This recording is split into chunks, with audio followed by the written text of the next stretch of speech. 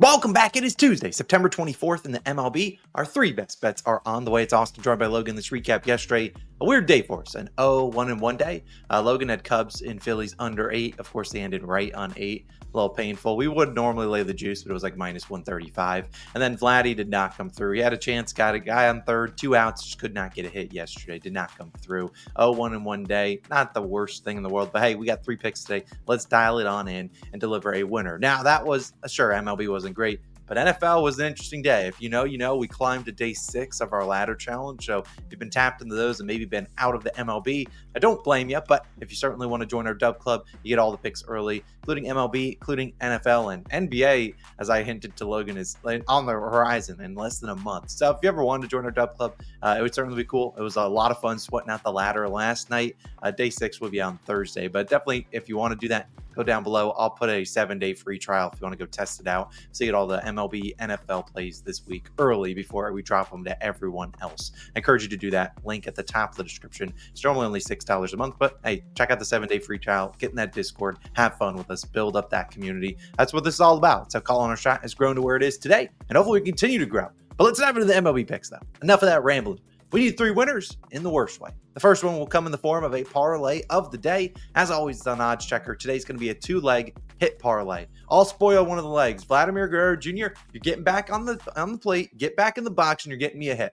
He's going to get a hit, and I just know that's how it always works. You take one hitter, they go over, and then the next day you don't run it back. Easy first AB hit. Also has great splits versus Brian Bayo. I'm going to let Logan save his surprise for the hit parlay down below in the Odds Checker hit parlay. A link in the description and pinned comment. Definitely tap into that. Should be live around 9:30 a.m. Eastern time. But Logan, I'm going to throw it to you. You got a game pick today. You're backing a home team. I'm wearing the jersey for you, man. I'm supporting you. Who you got tonight? Yeah, let's channel that cherry blossom magic, even though I don't think they're going to wear that anymore. It's going to be the Nationals on the run line, +1.5, minus 118 odds on DraftKings is your best value. If you want to sprinkle on the money line, you can go ahead and do that as well. I'm just going to take the run line for pretty much just a little bit of juice over the even odds type thing. I really like this bet. I think it wouldn't surprise me at all if the Nationals did get out the outright win, but I'm going to take the run line for safety. We know the Royals need this game more, but I don't subscribe to the whole, they need it more, so that means they'll get it. I think actually in baseball, if you look for who needs it more, that team rarely ever plays out how you expect it to do. So this Royals offense, why I'm comfortably fading them, since Reagan's last start, I doubt they give him even any run support. Let's talk about their team total runs scored since Reagan's last start. 1, 2, 1, 0, 0. I mean, yikes. They need Reagan's to pitch well in the worst way today, and they need to give him run support, and I really just don't see both those things coming at the exact same time. But let's start on the National side. Mitchell Parker starts for the Nats, 4.44 ERA and a 1.3 whip, so they need run support against Mitchell Parker. I don't see it coming today at all. Last 14 days against left-handed pitching, Royals 30th in batting average, 30th in OPS, 30th in WRC plus, and it's not even close. They are a firm dead last in all 3 of those stat categories, and there's actually a gap between them and 29. So their bats are ice cold when it matters the most. You just absolutely hate to see that. Do I see it turning around today against Mitchell Parker? No, because this is really where he pitches his best baseball. I mean, he pitches much better at home with a 2.81 ERA at home. So Mitchell Parker, one of those younger pitchers that it's taken him a full year of work to really come through. But I like what I'm seeing. I didn't like what I saw in his most recent start, but you know what? That's called divisional games and divisional baseball and teams that have seen you before and had a ton of familiarity. He allowed 5 earned runs to the Mets. Again, you put that start behind you. Now you face a Royals team with no familiarity against you.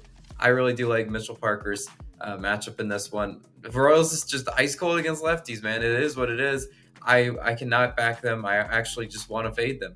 And then on the other side, it's going to be Cole Reagan starting for the Royals. Kind of mentioned him already. 3.24 ERA and a 1.15 whip for Cole Reagan. So this is like the Royals deploying their ace pitcher. They need this one. They need game 1 of the series to keep fighting for their playoff lives.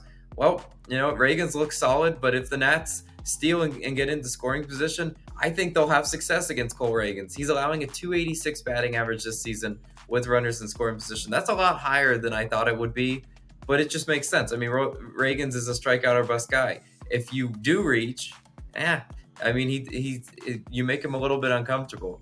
Hopefully the Nats and a lot of their young guys in their lineup look at this game and say, hey, we have a challenge against Cole Reagans to go out and be great today. Let's be great. Let's pretty much dash the Royals' playoff positioning as well. Reagans also will walk batters. The Nats hitters just need to be patient. The bat on your shoulder, understand that he's a strikeout guy. He wants you to swing and be aggressive outside of the zone. Last 14 days versus left-handed pitching, Washington 12th in batting average, 18th in OPS, 21st in WRC+. So about middle-ish of the pack in some of those numbers. But I still think if we look at this Nats team, the last 4 lefties to face Washington at home have allowed 5, 3, 1, and 4 earned runs. So they've gotten to left-handed pitching in Washington. I think they bring the bats today. I think they make Cole Reagans uncomfortable, and I think they get us a very tight game going into the bullpens. Last 14 days, Washington 20th in bullpen ERA, Kansas City 13th in bullpen ERA. Sure, on paper, you got a slight Royals advantage there, but I'll tell you what, man, the Royals bullpen still never be trusted to me. The Nats are one of those annoying teams that they chip away late, and they cover run lines, and they make things interesting late. I still trust the Nats' ability to be able to do that for us. Give me the Nats on the plus 1.5 run line. Wouldn't be shocked if they were thorns in the Royals side tonight. But Austin, you got a player prop for your pick. Where are you going? Yeah, to wrap up the video, I got a player prop. A couple of other stats about the Nats. The Nats are basically a 500 team at home, whereas the Royals are below 500 on the road. So I do like that pick. Hopefully the Nats can bring home some coin for us tonight. My favorite pick is going to be an under. It's going to be Michael King, the San Diego Padres projected starter tonight, under 17.5 pitching outs, minus 115 on Fanatics. I'm not saying to take his under in strikeouts because obviously that could be a lot different. Heck, Michael King, if he wants to hunt for the strikeout tonight, go for it because it's probably going to mean his pitch counts getting run up a little bit. But this is a big series out in LA. Now, I don't anticipate the Padres, winning this division. They're still 3 games behind, but I do believe they own the tiebreaker. So a sweep here and they could be in business and potentially control their own destiny against and winning the division. But at the same time, both these teams want to try hard. The Padres obviously still trying to win that wild card spot. They should probably, they're probably going to be in the wild card in the playoffs. But on the flip side, the Dodgers are still a team that are a half game in terms right in front of the Phillies for the number 1 seed. So that's probably something they want to go for to try to get home field advantage the whole postseason. But King, if you look at his numbers, he's been good this season. We've backed Michael King plenty of times on the season, 3.04 ERA and a 1.2 whip. Despite those great numbers, those are very good. You don't find many pitchers with better numbers than a 3 ERA and a 1.2 whip. He's still under this line at 15 of his 30 starts. So right 50% smack dab in the middle. His last 3 starts, he started 3 times against the Dodgers this season. One was in the Seoul series. He went in March 21st. He went 3 1/3, 3 earned runs. The next one, April 12th, he went 5 and gave up 4 earned runs. The next one, he cooked him May 10th, and he went 7 and got 11 strikeouts, 0 earned runs. Now, the Dodgers lineup in May 10th, much different than what it is on September 24th. They made some trade deadline acquisitions. Should have Tommy Edman in there. He's been very good for the lineup. And outside of that, we got Max Muncy and the rest of the team. They've been hitting the ball really well. In September, only one team has averaged more runs than them, and that's the Arizona Diamondbacks. They're averaging 6.15 runs per game. They've been doing damage to any pitcher that comes up there. Now in September versus righties, obviously Michael King, a righty. Dodgers, here are some great splits for us. 7th in batting average, 5th in OPS, 5th in WRC+.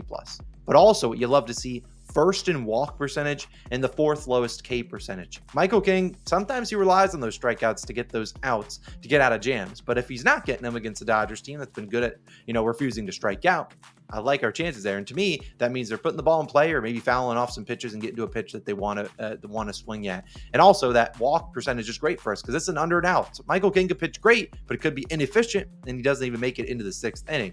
And you look at his props, sure he has the 4.5 hits allowed line, but his walks line is in at 2.5 and not really too much juice on the under, plus 110 or so on the over 2.5 walks. So if you look at his 2+ walks line, that's minus 265. I think there's a very good chance that he's walking 2 or more batters. And that's something he's done in 19 of his 30 starts. And in those 19 starts that he's walked 2 or more batters, he's under this line in 13 of them, 68%. So I look at this spot. I think Michael King has to pitch perfectly to go 6 innings pitched against the Dodgers. The last 14 righties over the last month that have faced him, only 3 of them went 6 or more innings. Griffin Canning, who throws in the middle of the zone, so you're basically swinging early and often. Spencer Schwellenbach had a pretty good game, and Charlie Morton back-to-back starts. So maybe the Dodger lineup just wasn't locked in Atlanta. Now they're at home, where they obviously see the ball really well. The Padres also had the day off yesterday, so their bullpen's ready to go. And these are 2 teams that are fighting for different things in the playoffs, but obviously a big series here. So I think this is going to be a spot where King literally has to pitch perfect. If he pitches perfect, we tip the cap and we say, hey,